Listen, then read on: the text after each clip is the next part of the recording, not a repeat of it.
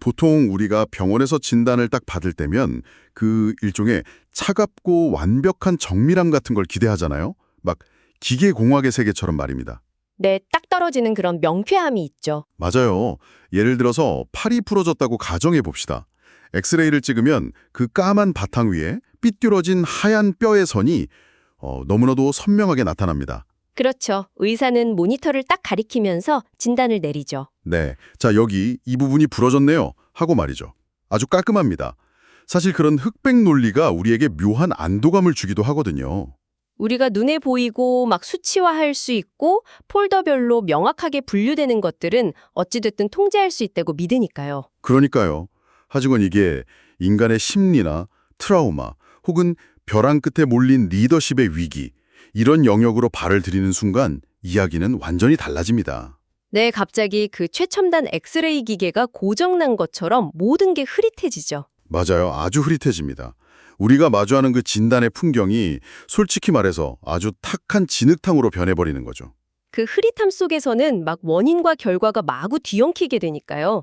신체적 고통이 정신적 절망으로 번지고 또 그 절망이 다시 리더의 자기의심으로 전염되는 복잡한 연쇄 반응이 일어납니다. 자, 바로 그 진흙탕 한가운데로 여러분을 안내할 오늘의 심층 탐구에 오신 것을 환영합니다. 오늘 우리가 여러분을 위해 파헤칠 자료는 아주 오래된 고대 텍스트, 바로 출애굽기 6장의 기록입니다.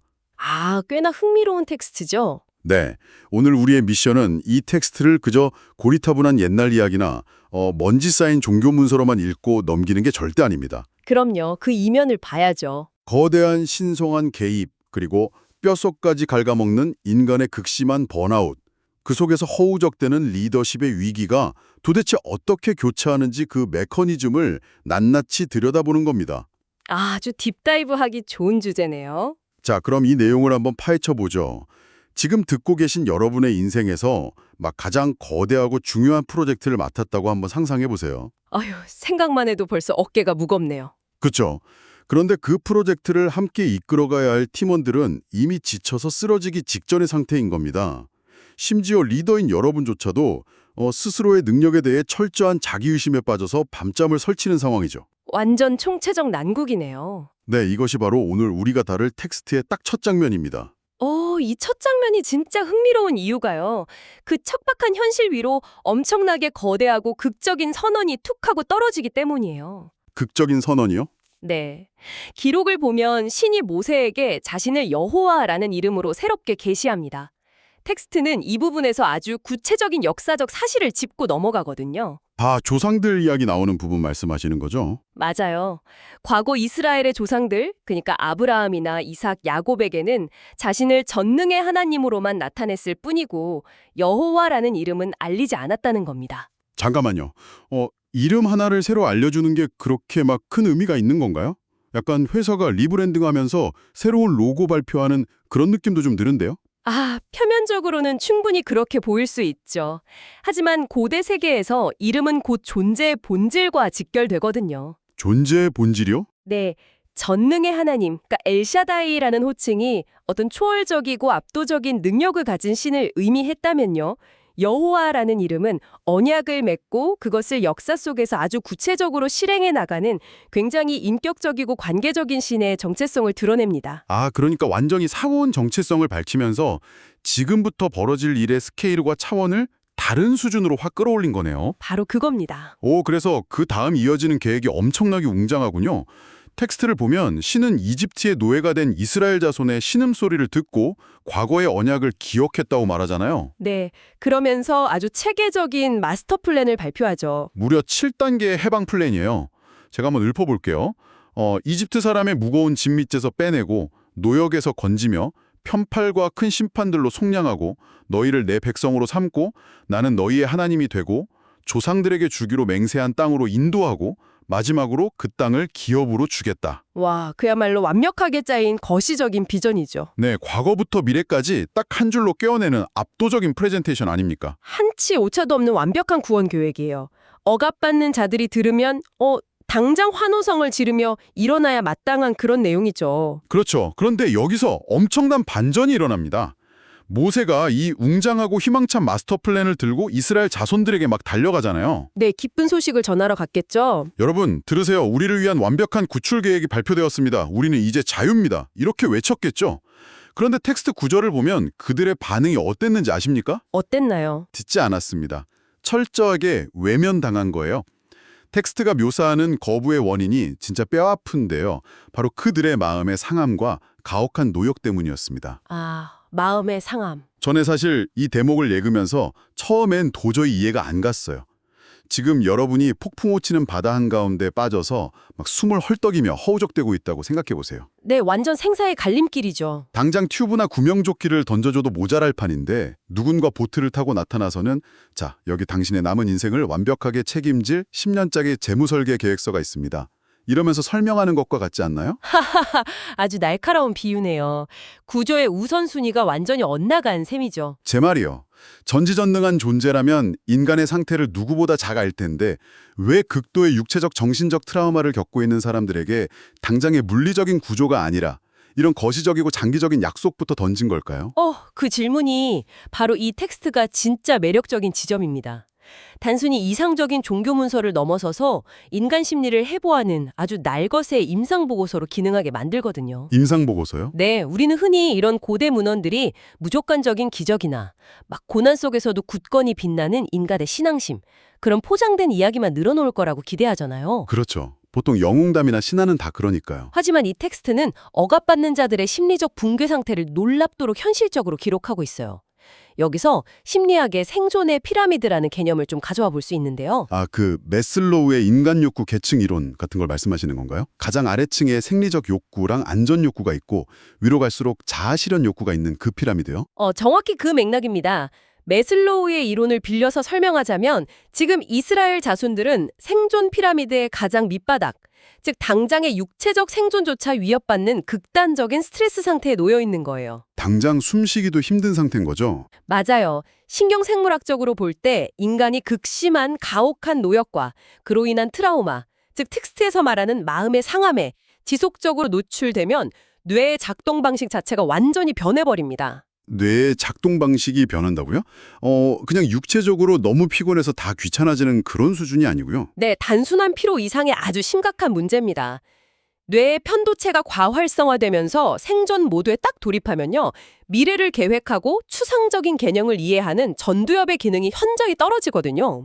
전두엽 기능이 저하되는군요. 그러니까 가나안 땅이라는 기업이나 자유민으로서의 정체성 같은 비전은 고도로 추상적이고 미래지향적인 개념들이잖아요. 그렇죠. 아주 고차원적인 생각이죠. 당장 채찍에 맞아서 등이 찢어지고 내일 먹을 빵조차 보장되지 않는 사람들의 뇌는 물리적으로 그런 먼 미래의 비전을 정보로 처리해낼 능력 자체를 상실해버리는 겁니다. 와, 그러니까 아무리 원대한 약속이라도 당장의 육체적 고통 앞에서는 철저히 무용지물이 될 수 있다는 그 인간의 근원적 한계를 이 고대 텍스트가 아무런 포장 없이 덤덤하게 까발리고 있는 거네요. 바로 그겁니다.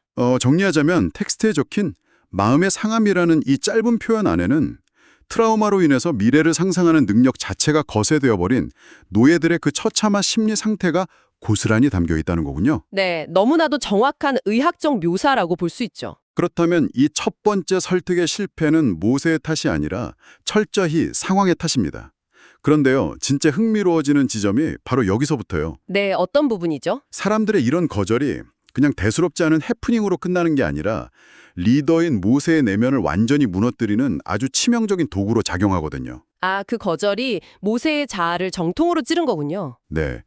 텍스트를 따라가 보면 신은 첫 번째 시도가 실패한 직후에 모세에게 다시 명령을 내립니다.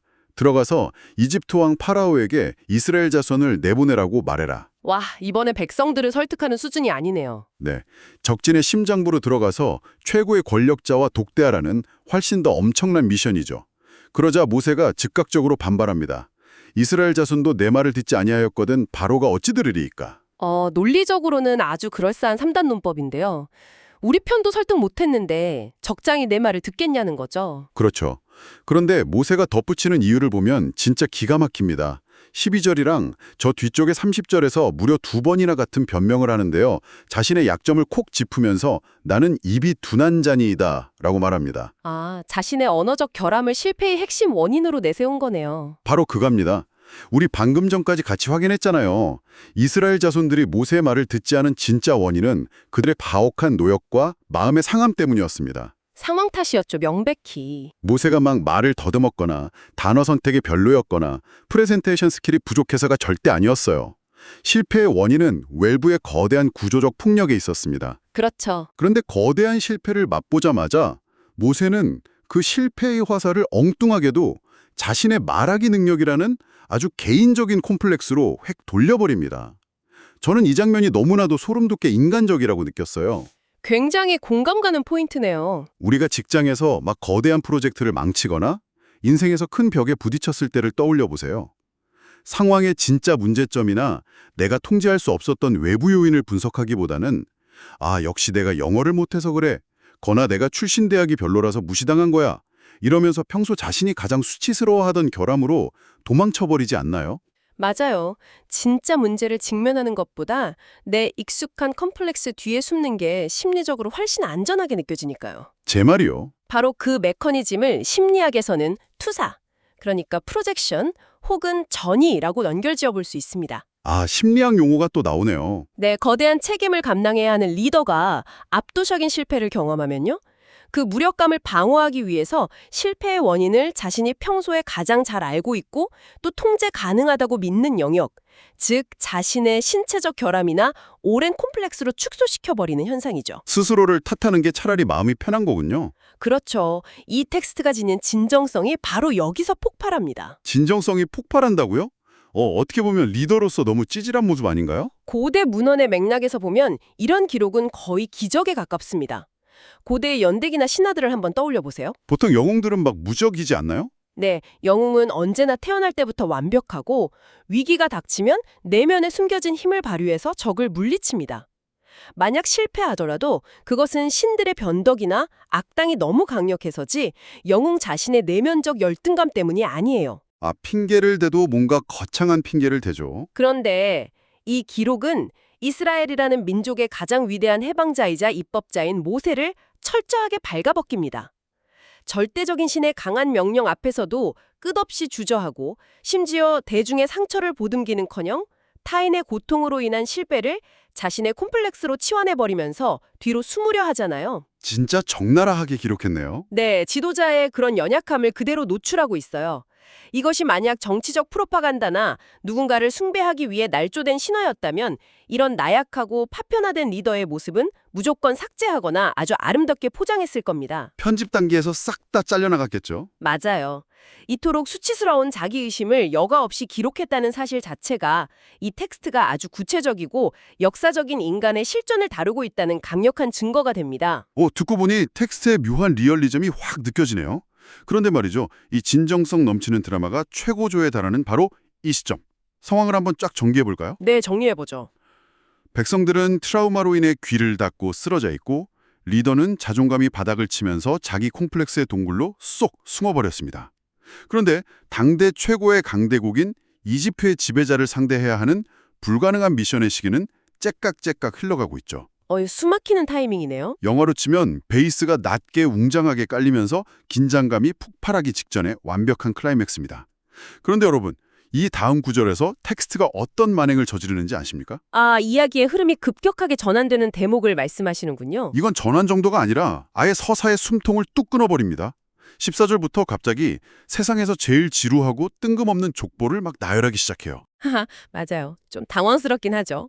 아니, 폭풍전야의 긴장감 속에서 갑자기 전화번호를 읽어주는 셈이잖아요.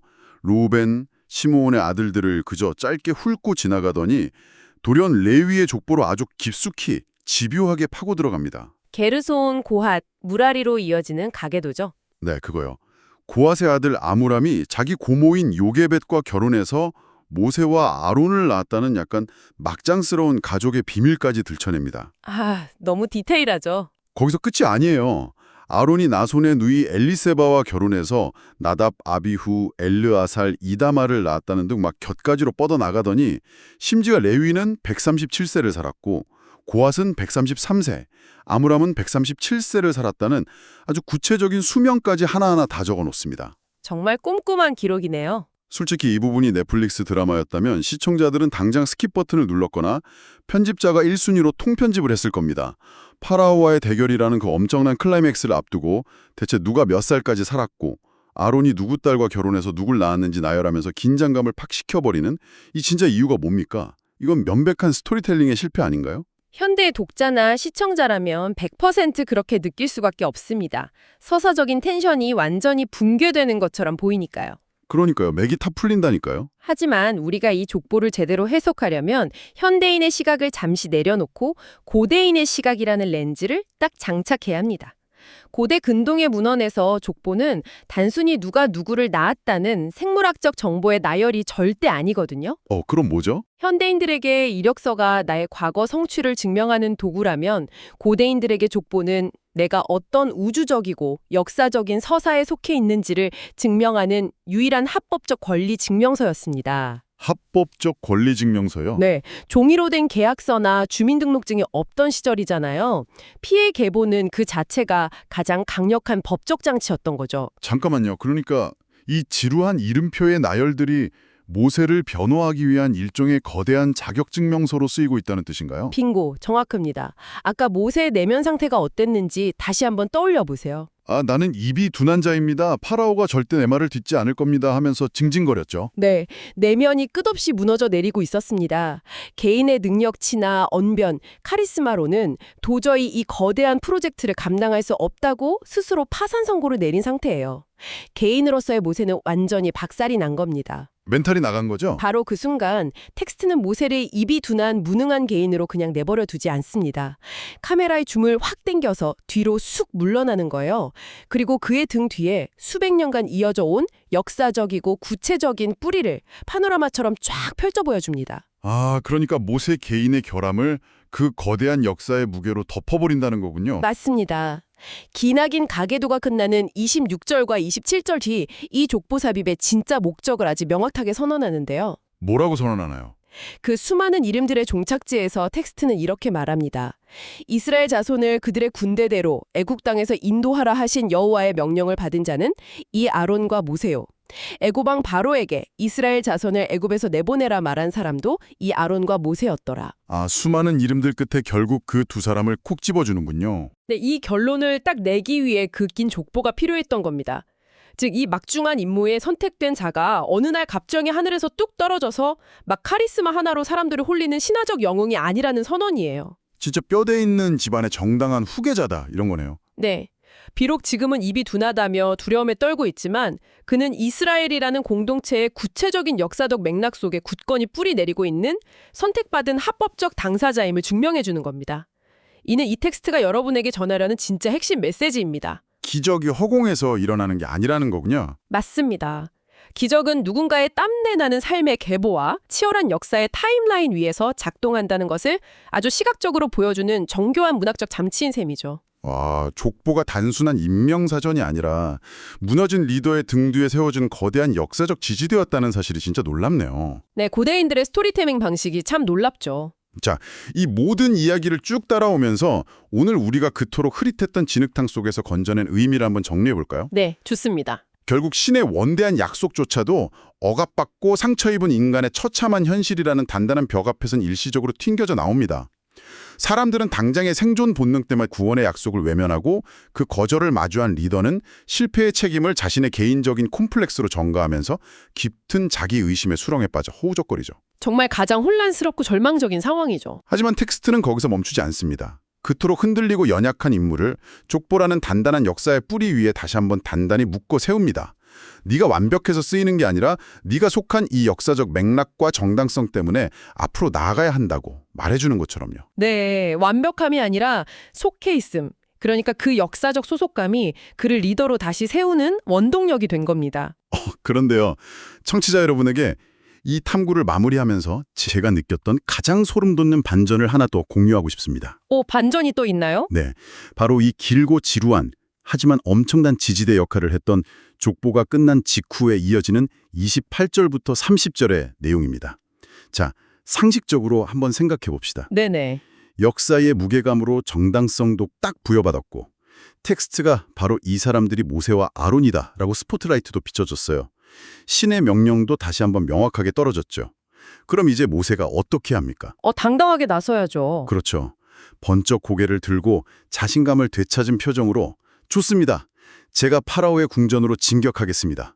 이렇게 외쳐야 스토리에 악귀가 맞지 않나요? 보통의 영웅서사라면 거기서 막 극적인 각성과 함께 배경음악이 빵 터져 나와야 정상이죠. 제 말이 그겁니다. 그런데 30절에서 모세가 신에게 남긴 마지막 대사가 뭔지 아십니까? 설마. 나는 입이 둔한 자요니 바로가 어찌 나의 말을 들으리이까. 와, 이 놀라운 역사적 정당성을 다 확인받은 직후에도 처음 했던 그 찌질한 변명을 토시 하나 틀리지 않고 똑같이 반복하고 있네요. 바로 그겁니다. 기나긴 족보로 마음을 달래주고 거대한 배경을 다 설명해줬음에도 불구하고 여전히 똑같은 두려움과 불안, 똑같은 콤플렉스를 징징거리듯 호소한 채로 오늘의 텍스트가 툭 하고 끝이 나버립니다. 정말 리얼리즘의 끝판왕이에요. 놀랍게도 이 고대 문헌은 영웅의 두려움을 기적적으로 짠! 하고 해결해주지 않습니다. 대오각성한 영웅의 모습은 온데간데 없고 여전히 막 더듬거리는 입술을 팥하면서 주저앉으려는 나약한 인간만 덩그러니 남아있죠. 쉽게 변하지 않는 인간의 본성을 그대로 보여주는 거군요. 네, 우리가 탐구 초반에 이야기했던 그 엑스레이 비유로 다시 돌아가 볼까요? 모세의 마음속 깊은 곳에 자리 잡은 이 뼈아픈 두려움과 자기의심은 끝내 엑스레이 사진처럼 깨끗하게 치료 완료 판정을 받지 못했습니다. 안타깝지만 그게 현실이죠. 네, 여전히 흐릿하고 탁한 진흙탕 상태로 모세의 마음 한구석에 아주 무겁게 가라앉아 있죠. 자, 여기서 여러분에게 마지막으로 스스로 탐구해 볼 만한 질문을 하나 던지고 싶습니다. 네, 어떤 질문이죠? 만약 우리가 수천 년 동안 우상화하고 떠받들어 왔던 역사 속 위대한 인물들이 사실은 어느 날 갑자기 완벽하게 준비된 초인이 아니었다면 어떨까요? 충분히 그럴 수 있죠. 그들도 자신의 치명적인 결핍과 한계를 끊임없이 고백하고 두려움에 떨며 막 징징대면서도 그저 억지로 후들거리는 다리로 다음 발걸음을 내디뎠던 평범한 사람들이라면 말입니다. 위로가 되는 말이네요. 그렇다면 여러분이 지금 무언가 새로운 프로젝트를 시작하거나 도저히 넘을 수 없을 것 같은 삶의 거대한 도전을 앞두고 스스로에게 느끼는 그 지독한 불확실성과 능력의 부족함도 어쩌면 실패의 징조가 아닐지도 모릅니다. 오히려 자연스러운 현상이라는 거죠. 맞아요. 오히려 그것이 무언가를 시작하기 위한 가장 완벽하고 역사적인 출발점이 아닐까요? 두려움이 완전히 사라져서 시작하는 게 아니라 두려운 채로 시작하는 것이 역사를 만들어온 유일한 방식이었으니까요. 정말 깊이 생각해 볼 만한 주제네요. 두려운 채로 시작한다. 네, 오늘의 심층 탐구는 여기까지입니다. 뼈가 부러진 것처럼 명확하게 진단되지 않는 여러분의 그 탁하고 불안한 마음도 어쩌면 거대한 이야기의 시작을 알리는 가장 솔직한 신호일지도 모릅니다. 함께해 주셔서 감사합니다. 다음 탐구에서 뵙겠습니다.